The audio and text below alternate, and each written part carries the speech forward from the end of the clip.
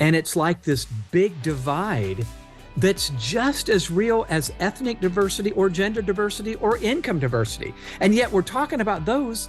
It seems like we don't know how to talk about this elephant in the room. Not only is that going to keep that younger generation engaged, but I feel like the changes necessary to do what you just suggested is going to make a company more nimble.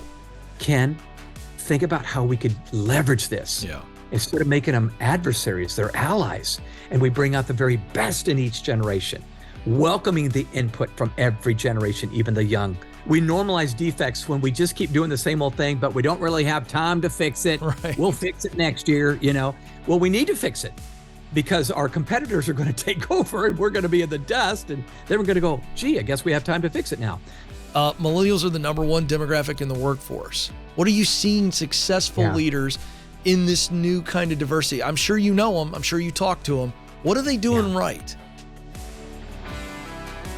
My guest this episode is Dr. Tim Elmore, and we're talking about the increasing clash of generations in the workforce. His book is A New Kind of Diversity. And this is a fascinating conversation about how the different ages need to be working together. Check it out. Well, Tim, I want you to describe in detail the current clash of generations. It is a very interesting clash. So I want leaders to hear what it actually is looking like and then what's causing the clash. That's an open-ended one there. Two things: describe who's clashing and why they're clashing. Well, Ken, it's a great question and one that probably deserves an hour. Let me do it in a minute here. The most noticeable clash we see is this veteran worker like myself, who's in his 50s or 60s, who's been around the block a few times, i.e. 40 years. And we see this emerging generation that's loaded with talent, loaded with intuition on where culture's going, but we just don't see it the same way. And we'd swear they don't have any work ethic. We'd swear they don't have any experience that's going to matter, that sort of thing. You guys are on TikTok all day, blah, blah, blah. Kids today. Right. Haven't we said kids today? Right. So the clash at once is the older and the younger, but I'm even seeing the Gen Xers and Boomers are kind of teaming up a little bit. And then the Millennials and the Gen Zers are teaming up a bit. And it's like this big divide that's just as real as ethnic diversity or gender diversity or income diversity. And yet we're talking about those.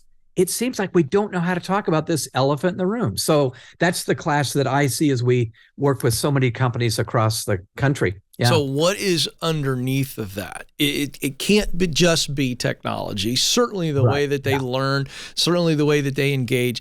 And yet you're a guy who's been doing this long enough to be dealing with multiple generations that you mentioned. So we are humans first. There are a lot of commonalities. Yeah. But what's underneath this teaming up of my generation, the Xers, with the Boomers, who we rolled our eyes at 10 years ago? I know. It's true. Well, I think we team up because there's a common enemy, and I say that tongue in cheek, but these kids, we got to get them, and here's what I'm concerned about. I'm probably getting off script here completely, but I feel like my generation, which are baby boomers, are so reluctant to give the reins over to younger generations, including yours, but especially the younger. And everywhere I travel around the world, we're just holding on. And I think the young generations are going, what do I do here? Do I just leave?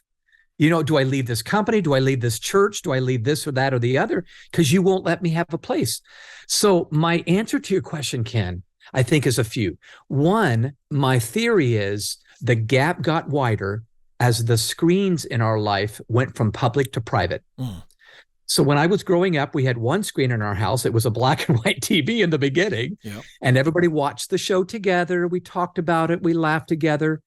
Fast forward 50, 60 years. Now we've got one screen per person in our life, and I can be in an echo chamber on Instagram, an echo chamber on Facebook. You get this. This is what everybody knows. But if you think about it, a teenager can have a wholly different life than her mother.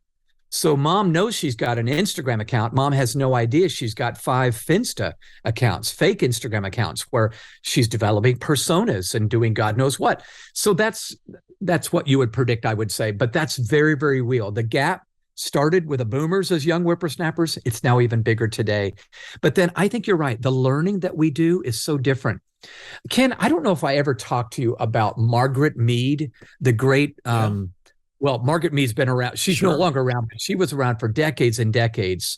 Probably the most notable person writing about not only geography, but cultures. She came up with a theory that I think you'll find interesting. Way back in about 50 years ago, in the early 70s, she said human history has gone through three big eras. We've entered the third era and we don't know what to do with it. So she said the first era of human history is the post-figurative era. That is when the younger generations then, thousands of years ago, learned everything from the older generation. It was post. The old figured it out. They taught it to the young. So the young just passed on traditions. They passed on customs. If you were young, your parents chose your marriage partner for you. They chose your career for you. Fast forward to the Enlightenment and the Industrial Revolution. Now it was the co-figurative era where young and old are figuring out things together because the printing press has been invented and we all can know stuff that we can read. She said, even 50 years ago, I see the dawn of the smart age, smart technology and technology in general, where the young are going to figure it out before the old do. And Ken, I actually believe we see that today in the third decade now of the 21st century. Aren't we asking our kids about, what do I do with this app here? You know what I do with this? For sure. And so I think the new employee is actually going to understand some things, but we feel such a clash, we won't ever ask them, or we won't find a bridge to build where they can tip us off. So there are modern elders, that's you and me, but there are young geniuses that are in their 20s and 30s that we dare not avoid or ignore because they see where the future's going. I wonder, and leaders, I asked this question of Tim because I want to know what you think, and B, I think this is what we've got to pay attention to. For leaders, when you're leading millennials and Gen Z, and if you're in my category of Gen X or Boomer. Yeah. Tim, I wonder sometimes if the greatest tension that Boomers and Xers feel toward millennials and Gen Z was not in some way created by us. Yeah. And here's the theory. I just think there's massive tension, or I wonder if there's tension. Yeah. Between earning it and expecting it. Yeah. Now, I didn't, I'm formulating this as I go. Those are the two E's that hit me.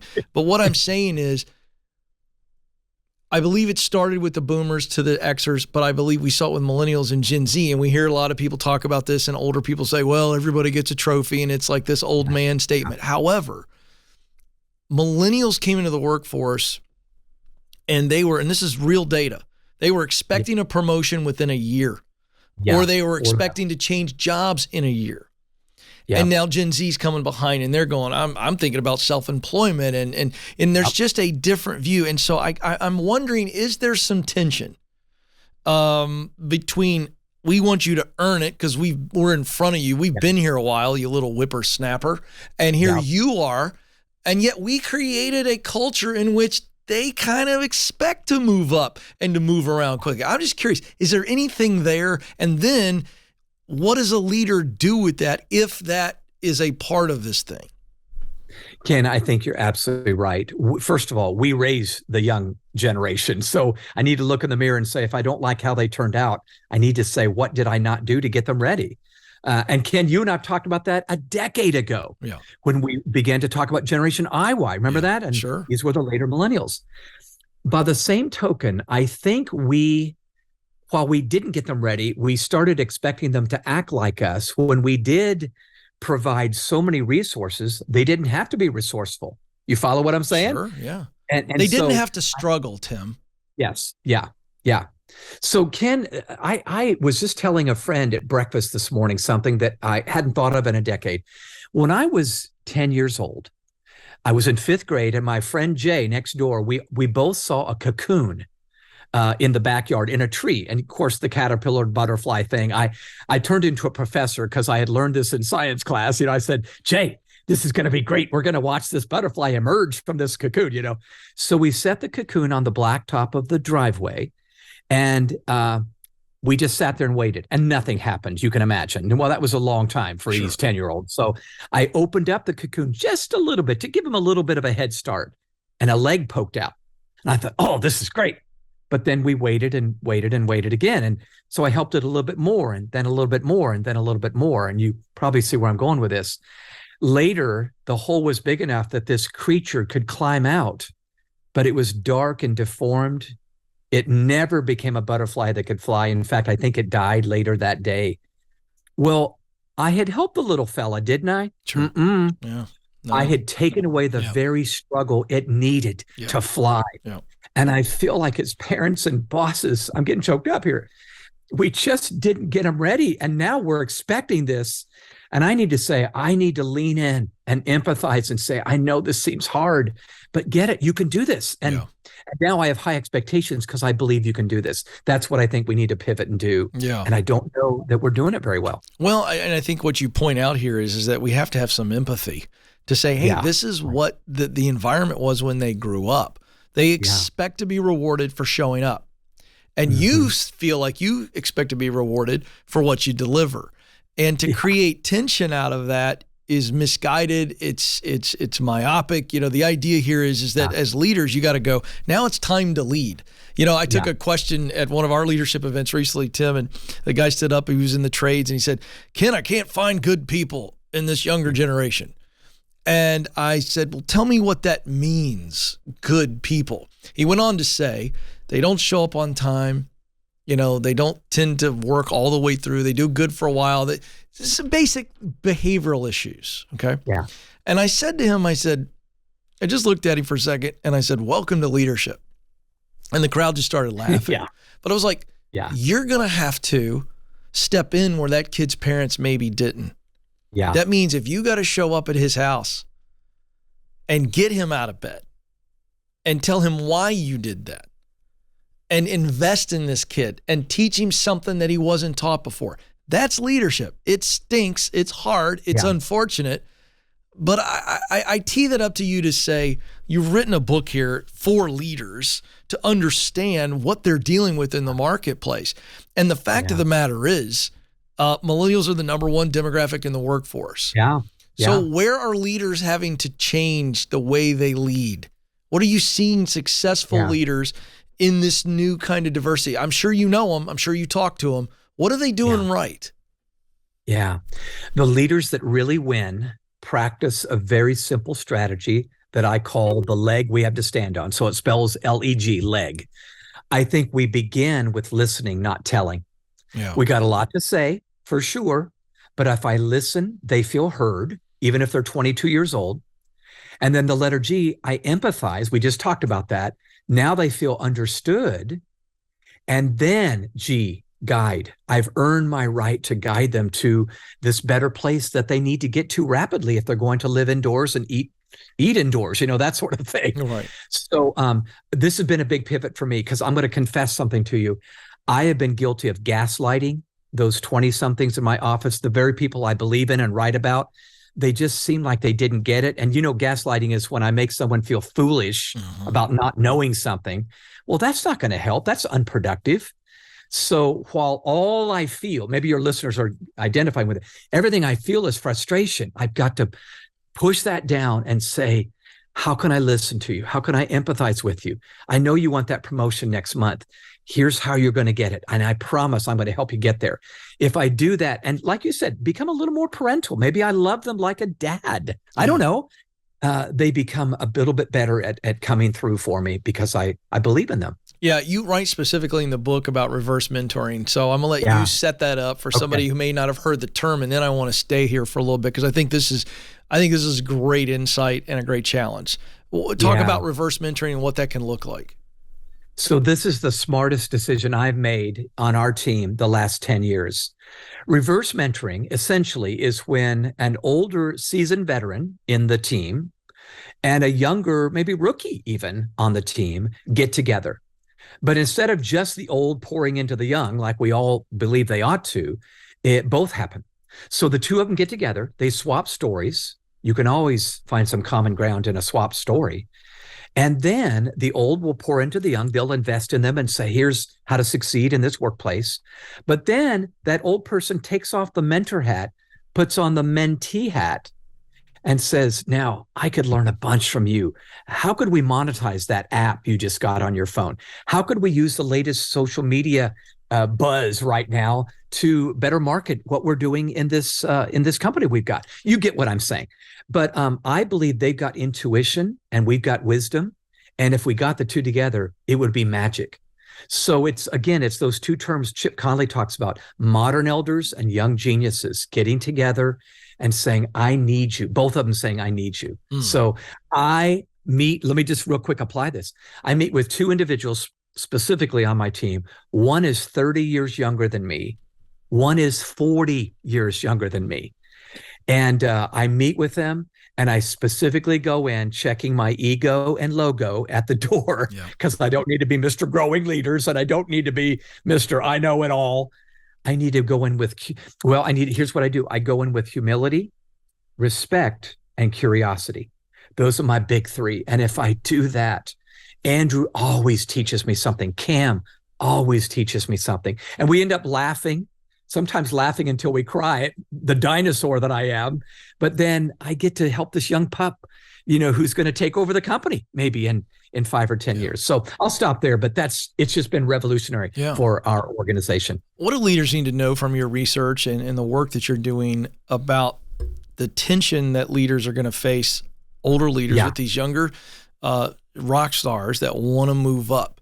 And where I'm going here is do you see healthy leaders, you see healthy strategies where maybe they're focusing on challenging these young people, not always promoting them?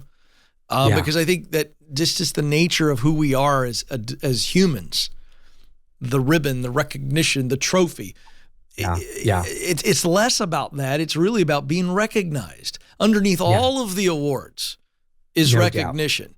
And Gallup, has done incredible work, and I study this stuff all the time. I'm a nerd on it. But being recognized for your unique contribution is one of the 3 primary human needs that we all have. Yep. Is that part of the bridge there? If you can't promote them all the time, but they're looking for, I need to be recognized. I need to be progressing. Yeah. How does a leader meet that tension? Yeah, I think you're absolutely right in that we need to go after them. You mentioned that earlier. So did I ever mention to you, Ken, in one of our conversations, I know one company in Atlanta. I didn't get their permission to share this, so I'm going to have them remain nameless. But they actually brought in praise consultants. Really? Because they could not keep up with the affirmation and the recognition that was needed by the young team members. Now, you and I might chuckle at that, but it's telling us something. Yeah. What have we created, and how can we now get them to a place where they can be ready to take over one day? Yeah. So I think a couple of things. One, I think we need to recognize that the youngest team members entering the workforce today, they're into the gig economy. You know that. In fact, 70% of high school students today want to be an entrepreneur. Yep. They don't want to join something. They want to start something. I think the reason for that is not because they're all great entrepreneurs. They won't succeed, all of them. But they don't see joining something we created, the dinosaurs. So could we create an internal gig economy within our company where there's a project here or an agile team here or this that's 6 months and then they're off and they start something else, but it helps us in our mission. We're not creating something that just so they can have fun. But I'm telling you, we got blind spots if we don't see that the quiet quitting is often the young generation, not all older generation. And the great resignation mostly was led by Gen Z. It was many generations, but it was mostly Gen Z saying, I can do better somewhere else. So if we want to keep them, we got to, I think, create a new kind of economy inside of our workplace. I think we need to offer a little bit more flexibility and autonomy. So Ken, you won't believe this maybe, but we hire only responsible young professionals mainly, but we have unlimited PTO. Unlimited. You can take as much time as now. At first they go, awesome. But you know what? They get on. Now we hire responsible people, as I mentioned. So later they see, I don't want to let my teammates down. Right. So in fact, we often have to tell people to take some time off because they so want to be a good friend to that teammate. Yeah. That's a value. So it's worked for us rather than against us. And the feel that has of that autonomy feels so good. I want to follow up on something you said. I thought that was very insightful about Gen Z and the gig economy. And if you can capture that and put it within your office so that you create positions, if we use Jim Collins' famous analogy, the seat on the bus. So if you are constantly giving them different seats, okay, and it resembles that gig economy, something new, something exciting, it's a challenge. It feels like to me, you and I have been in this leadership space a long time, I have to ask you, not only is that going to keep that younger generation engaged, but I feel like the changes necessary to do what you just suggested is going to make a company more nimble. True or false? True. Absolutely. Because you have to change your operating system, right? To be able to do that. You can't do that and I'm asking this completely clueless here. Leaders listening to this. No, I'm seriously, like let's say you're sitting down and we got small business leaders listening to this and leaders of large companies, whatever. And they're going, okay, Tim, makes sense. How the crap do I do that within my existing structure? I would say two things. One, Ken Blanchard taught us something years and years ago that just came to my mind when you asked the question. He talked about continuing as you're moving. If it's working, continue. But you have this on the side creative team that's beginning to develop new ways, new methodologies, so forth. So you don't suffer from the normalization of defects. That's a business term, as you well know. We normalize defects when we just keep doing the same old thing, but we don't really have time to fix it. Right. We'll fix it next year, Well, we need to fix it because our competitors are going to take over and we're going to be in the dust. And then we're going to go, gee, I guess we have time to fix it now. So I really believe you're absolutely right. We're going to need to change our ways. It's hard for me too. I just turned 63 years old. It is not fun to learn something new. I feel like what I had in the past was really good. Mm-hmm. Well, it was good for its time, but I've got to be thinking differently now. And that's where a Cam and an Andrew, the 32-year-old and 22-year-old, can really help me out. So I've got the wisdom, I think. That sounds arrogant, but I think I've got some wisdom that's timeless. They've got some intuition that's timely.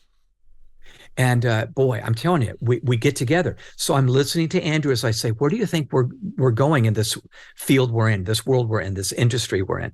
And I'm listening more than I'm talking. Yeah. And I know, Ken, it's hard to believe because I love to talk. But I'm telling you, me too. Listening a lot. Yeah.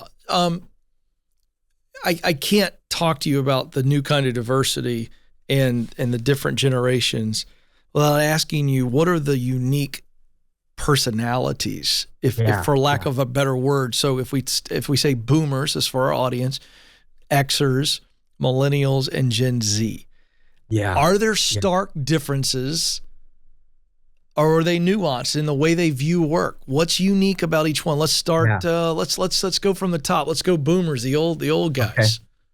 Well, let me hasten to add to anybody that might be a skeptic or maybe a cynical person. This is not a science, but it is a social science. That's right. So it's a little softer than black and white formulas and algorithms. Yeah, this doesn't include everybody. These are trends. That's right. That's right. There are exceptions to the rule. In fact, I would even compare it this way. Just like we cannot say all Democrats think alike or all Republicans think alike, but you get a sense for what they value by the way you see what I'm saying? Yeah. This is so true. All right. So boomers would be the older generation that's retiring on average at 10,000 a day. So my generation is leaving, even as we sit here today, 10,000 more baby boomers are leaving their job. It's amazing. And often leaving leadership roles behind to younger generations. So the thing that marks the boomers, we were called baby boomers because right after World War II was over, there was a boom of babies, hence the name. 76.4 million kids were born in 18 years.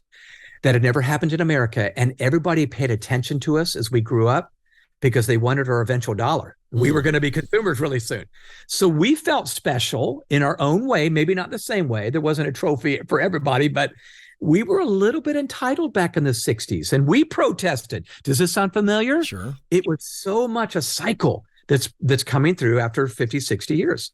So that was a baby boomer. At this point, we would be very often saying to our children, don't do as I did, do as I say, because we tried the drugs, we tried the free sex. Not all of us, but we were known protesting Vietnam. Hell no, I won't go. Come on. All of that stuff. So now we join the very establishment that we were rebelling against. Right, exactly. I just want boomers listening to go, holy moly, of course. Maybe I do need to say, sorry, sweetheart. Yeah. I guess I didn't set the perfect example. So that's the boomers. Next comes Gen Xers, your generation, Ken. You were first called baby busters, not Gen Xers, because the first year of your generation was the public introduction of the birth control pill, and later Roe v. Wade. So there was a bust, not a boom, of the fertility rates. So dropped by tens of millions. So you grew up in the shadow of the baby boomers. You were certainly your own person. Ken Coleman, you've always been your own person. Yes, right. I've never known you without being audacious, but your generation grew up in the shadows of the boomers, often latchkey kids that kind of had to find their own way. Both mom and dad were working, or maybe it was just mom because dad had left. Divorce rates were up in the 70s. So for Xers, you guys are earmarked by a little bit of a skeptical air to you. Don't tell me life is all wonderful. Keep it real, that sort of thing. Realist, pragmatist, let's make our own way. So boomers are marked by, we do have stories from the past. Xers are marked by contrarian thoughts that we desperately need on a team. You see another side to things. Millennials came along, and I really think we can summarize millennials as almost like a generation of free agents. I like to use the phrase, life is a cafeteria for them. They make educational decisions that way. I'll go to 3 different colleges for 1 degree. I choose my music this way. I don't buy a compact disc. I form a playlist on Spotify or Apple Music or whatever, because, it's a buffet, spiritually, they're this way. A little bit of Jesus, a little bit of Confucius, a little bit of Oprah, I shake it together. It's a buffet. So bosses, employers listening, you may be seeing, you got this free agent that's audacious in the job interview. You're going, what the heck? And yeah, it's a new day. It really is. For Gen Zers, they actually bring a hacker mindset that I actually believe we need. That entrepreneurial spirit, that hacker mindset that's not just about technology, it's about everything they do. They will get behind the system, figure out how it works. This is why so many Gen Zers, when they were taught virtually in the pandemic, quarantined, figured out a way to cheat because they were smarter than their teacher was at the technology. I'm not endorsing cheating, but they figured out a way. Man, if I can do this, I'm going to do it. Yeah. So they share. Here's a couple of fun things, Ken. Millennials and boomers share some things in common as 2 large generations that were very audacious. Gen Xers and Gen Zers share some things in common that are a little bit more jaded than the previous generations before them and figure out a way to get the job done. Ken, think about how we could leverage this. Yeah. Instead of making them adversaries, they're allies. And we bring out the very best in each generation, welcoming the input from every generation, even the young. Oh my gosh. And the reason this book was even written, it's an encyclopedia to try to get to that very goal, bringing out the very best in every person you've got on the team. Yeah. Well said. And a perfect place to wrap our time, because we spend so much time on personality profiles and strengths tests and all that stuff. And the fact is, as a leader, you've got to understand the generational makeup of your team, and to overlook that is tragic and creating way more frustration than necessary. That's why I think your work is so important. The book is A New Kind of Diversity, making the different generations on your team a competitive advantage. It's a mouthful, but it's doable, and you lay it out for everybody. So thanks for being with us. You're always an encouragement to leaders, and I think this is an important work that every leader needs to consider. Dan, I'm always honored to be with you. Thanks for having me on the show. You bet. I hope you enjoyed our conversation with Dr. Tim Elmore. A reminder that his new book is called A New Kind of Diversity. Hey, if you're enjoying the show, give us a like, a share, and a review.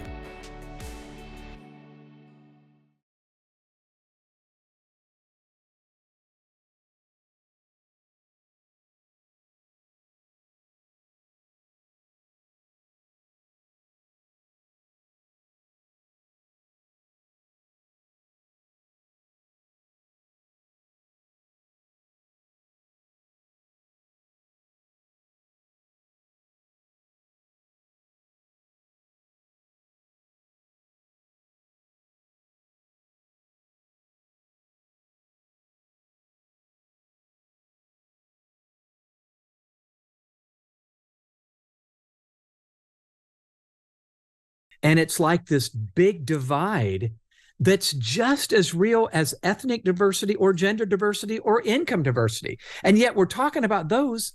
It seems like we don't know how to talk about this elephant in the room. Not only is that going to keep that younger generation engaged, but I feel like the changes necessary to do what you just suggested is going to make a company more nimble. We normalize defects when we just keep doing the same old thing, but we don't really have time to fix it. Right. We'll fix it next year, Well, we need to fix it because our competitors are going to take over and we're going to be in the dust. And then we're going to go, gee, I guess we have time to fix it now.